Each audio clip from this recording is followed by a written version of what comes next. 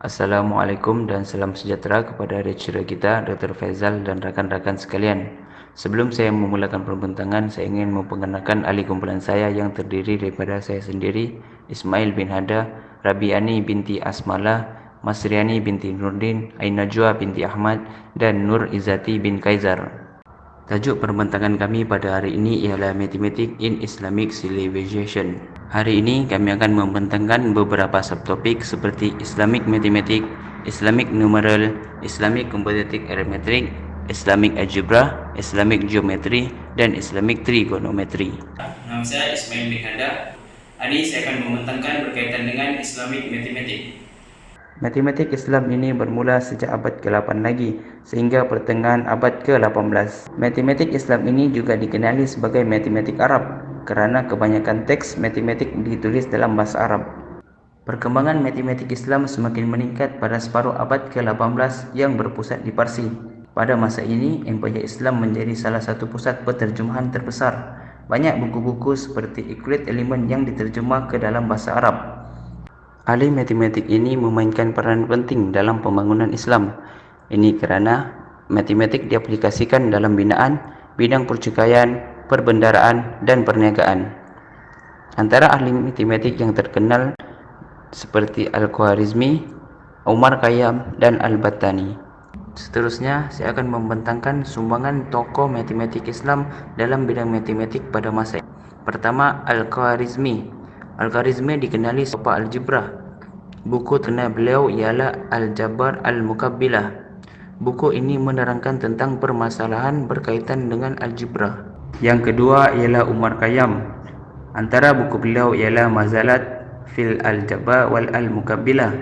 Beliau terkenal kerana mencipta kaedah yang menyelesaikan persamaan kuasa 3 melalui penjilangan parabola dengan bulatan. Dan yang ketiga ialah Al-Battani. Al-Battani terkenal dengan kitab Az-Zik, iaitu buku berkaitan dengan astronomi. Antara sumbangan beliau dalam bidang matematik ialah memperkenalkan beberapa persamaan dalam trigonometri. Okay, I will be presenting about Islamic numerals. First of all, the number system such as 1, 2, 3 until 9 that we use today are recognized as Muslim or Arabic numerals. By the Middle Ages in Europe, dikenali sebagai sistem angka Muslim atau Arabic numeral oleh orang Eropah pada zaman pertengahan. Sistem angka ini juga bersandarkan kepada kedudukan dan bersimpul sifar. Okay. Basically, this Muslim number system is said to be from the Hindu number system. However, this primitive Hindu numerical system was later changed by Al-Khwarizmi. Telah diubah dan diberi taraf baru oleh Al-Khwarizmi. Al-Khwarizmi has raised the level of this number system by two ways. The first one by adding the value of 0, and the second one by introducing easier mathematical operation, memperkenalkan cara operasi matematik yang lebih mudah. Easy mathematical operations such as addition, subtraction, multiplication and division has made the Muslim number system much better than the Roman and the Latin numeral. Apart from that, Muslim numerical system are also said to be more practical for scientific use. For example, astronomy was very useful for determining the Qibla in direction for which to pray. Okay, hence this number system deserves to be called a Muslim number system and has nothing to do with Hindu system anymore. Then Islamic numerals, the difference between Western and Eastern Arabic numerals. The left one that we currently use and the right one, Eastern, is the Arabic language. In Arabic language that we often found in the Al-Quran and the Arabic language textbook. That's all from me. Nama saya Rabiani binti Asmalah. Seterusnya saya akan sambung dengan subtopik yang ketiga, iaitu Islamic Computational Arithmetic. Okay, sebelum tu definisi arithmetic. Arithmetic consists of mathematics that is related to the use of integer, rational number, real number ataupun complex number. Okay, arithmetic ni consists the study of number dan juga the properties of the operation, macam penambahan, penolakan, pendaraban dan juga pembahagian. Okay, keperluan untuk counting, measurement dan juga calculation menjadi sebab kemunculan kepada aritmetik.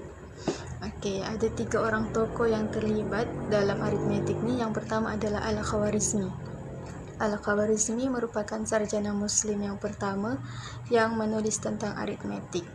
Namun, versi Arab tulisan Al-Khawarizmi dipercayai telah hilang dan is not available. Okey, lepas tu Al-Khawarizmi meneruskan pengajiannya kepada algebra berdasarkan law of arithmetic. How the laws of arithmetic extend to algebra. Untuk tokoh yang kedua adalah Al-Uqlidisi. Hasil karya yang pertama yang diketahui umum adalah penulisan daripada Ahmad Ibrahim Al-Uqlidisi di Damaskus pada 952. Karya tersebut dikenali sebagai The Arithmetics of Al-Uqlidisi. Aspek penting dalam hasil karya Al-Uqlidisi adalah the use of decimal fraction, penggunaan decimal fraction. Okey, Al-Uqlidisi ni Muslim pertama yang menulis tentang decimal fraction sehinggalah diatribut kepada Al-Kashi. Okey, tokoh yang ketiga adalah Al-Kashi. Al-Kashi is a mathematician as well as an astronomer. Okay. Al-Kashi invented a wide application of iterative algorithm. Okay. Aplikasi algoritma ni termasuklah calculation of arc, iaitu lengkungan, volts, peti besi dan juga domes, iaitu kubah. Okay. Salah satu hasil karya Al-Kashi adalah Key of Arithmetic. Okay. Yang ni adalah contoh-contoh contribution daripada Al-Kashi. Tiga contribution dia. Yang pertama adalah Key of Arithmetic, lepas tu Law of Cosine dan juga Iterative Algorithm. Okey. Saya Masrini binti Nurdin. Okey, hari ini saya akan bentangkan tentang Islamic Algebra, di mana tokoh yang berpengaruh dalam algebra Islam ni adalah Al-Khawarizmi atau dikenali sebagai bapa algebra. Beliau mempunyai kitab Al-Jab Al-Muqabalah atau dikenali sebagai The Book of Restoring and Balancing Algebraic Equation. Al-Khawarizmi mengemukakan 6 jenis linear and quadratic equation. Daripada 6 jenis ni kita boleh nampak di mana Al-Khawarizmi tidak menerima negatif dan zero coefficient. Completing the square, Al-Khawarizmi menggunakan contoh x kuasa 2 tambah 10x sama dengan 38.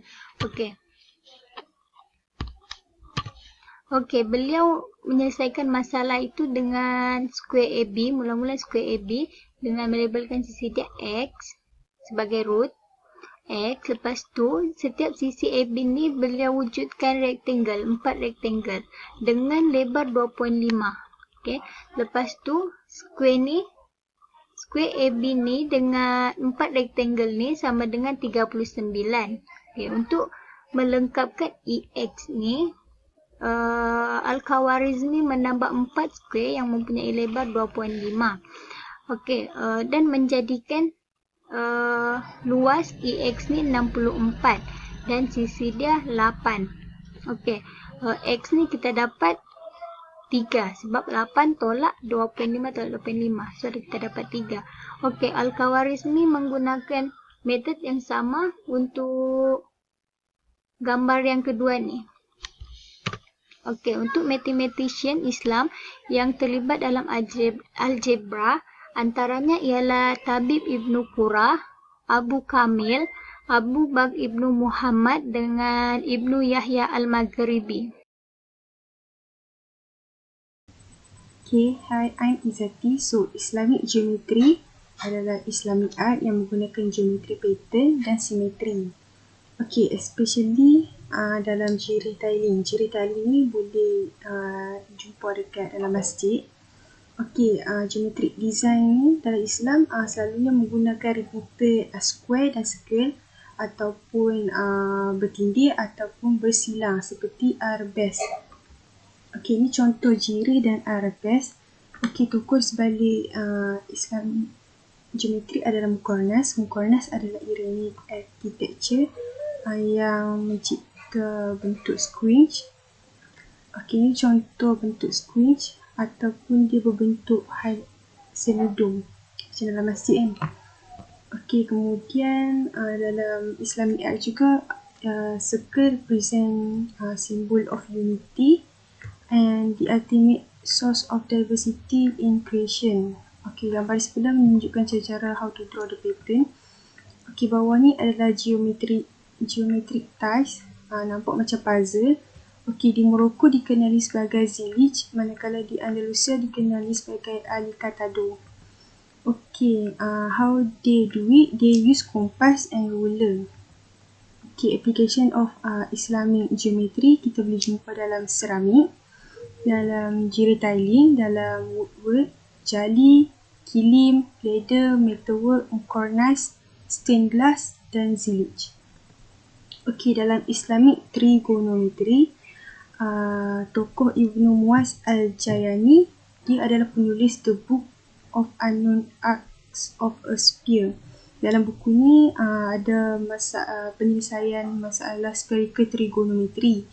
Okey, sebelum ni Menelaus of Alexandria telah menulis mengenai spherical problem, iaitu Menelaus theorem. Tapi Menelaus theorem ni dia susah untuk dipraktikkan. Okey, ni adalah Menelaus theorem. Okey, dalam buku Al-Jayani dia telah develop spherical trigonometry that contain formula right angle triangle, general law of sines, then solution for spherical triangle. That's all from me.